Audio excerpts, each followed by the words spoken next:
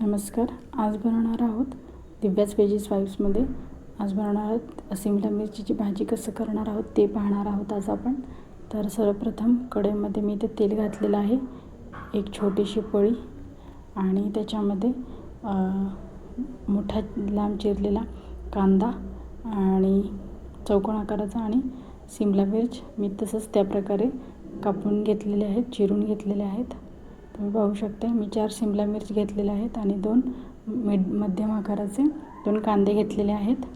आणि छान असं आपण तेलात ह्याला फ्राय करून घेऊयात, छान असं परतून घेऊयात, जेणेकरून ह्याचा जो स्वाद आहे, जो स्मोकी फ्लेवर आहे तो त्या भाजीमध्ये खूप छान असा लागतो, अप्रतिम. एक 4 ते 5 मिनटं आपल्याला ह्याला छान असं फ्राय करून घ्यायचं आहे, परतून घ्यायचं आहे.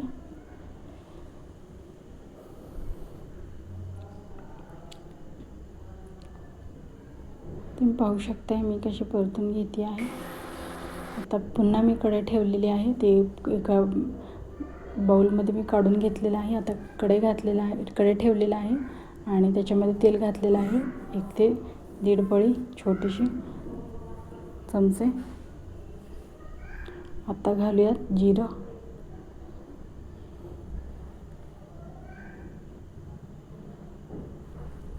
तेल घातलेलं आहे, तुम्ही पाहू शकता. आता मी घालते जिरं, अर्धा चमचा जिरं घालते आणि मिऱ्या घालते मी इथं 5 ते 6 मिऱ्या.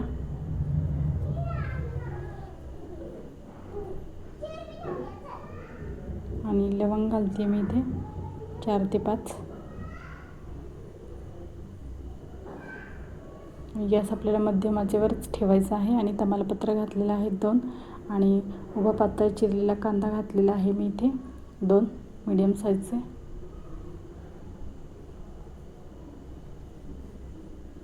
आणि ह्याला सुद्धा छान असं परतून घेऊयात.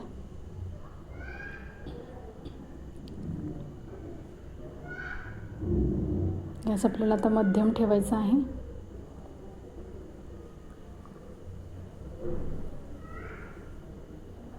मी इथे घालते आता लसणाच्या पाकळ्या 5 ते 6.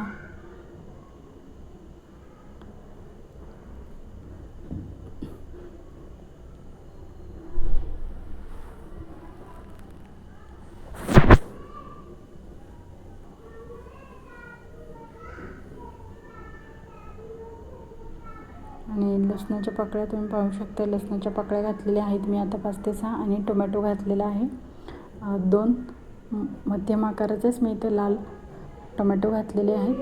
आणि आता ते काढून घेतलेलं आहे, ते छान असं भाजून घेतलेलं आहे. आणि आता पुन्हा मी कढई ठेवलेलं आहे, तीच कढई वापरू शकता किंवा तुम्ही दुसरी जास्त भांडी न काढता आपल्या एकच कढईमध्ये सुद्धा वापरू शकता, असं काही हरकत नाही. त्या कढईमध्ये मी पुन्हा 1 ते 1.5 चमचे तेल घातलेले आहेत. त्याच्यामध्ये हळद घालते मी अर्धा चमचा आणि कांदा लसूण मसाला आणि थोडंसं लाल तिखट घालते, लाल मिरची पावडर. आता याला एकदम मंद आचेवरच आपल्याला याला परतून घ्यायचं आहे. आणि जो मसाला आपण हे करून घेतलेला आहे ते मी इथं बारीक पेस्ट केलेली आहे ह्याची एकदम प्युरी. आणि हे आता आपल्याला घालायचं आहे वाटण. आणि गॅस एकदम स्लोच ठेवायचा आहे, एकदम मंद आचेवरच आपल्याला ही प्रोसेस करायची आहे, नाहीतर मसाले जळून जातील किंवा मग हे जे आपण वाटण टाकताना तेल अंगावर सुद्धा उडू शकतं. त्याच्यामुळे ह्याची आपल्याला दक्षता घ्यायची आहे. छान असं परतून घ्यायचं आहे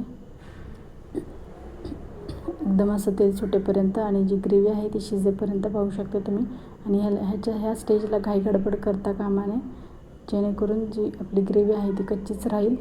आणि आता मसाले घालूयात ग्रेव्ही शिजल्यावर. आणि आता मी इथे कांदा लसूण मसाला वापरते. तुमच्याकडं जर का साठवणीचा मसाला असेल, काळा मसाला, तोही वापरू शकता.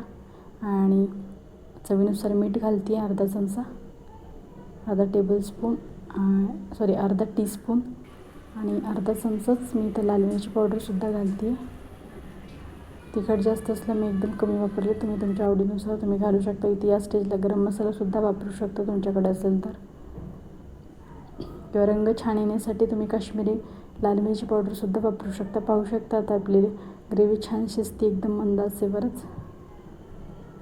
आणि आता मी जे कांदा आणि शिमला मिर्च जे फ्राय करून घेतलेलं होतं मगाशी, तर ते आता मी या स्टेजला घालते आहे.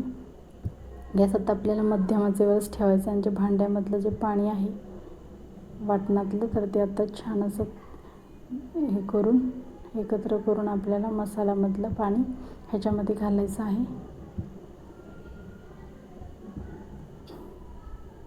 आणि ग्रेव्ही तुम्हाला किती कन्सिस्टन्सीमध्ये पाहिजे त्याच्यानुसार तुम्ही पाणी कमी जास्त घालू शकता किंवा गरम पाणीही घालू शकता.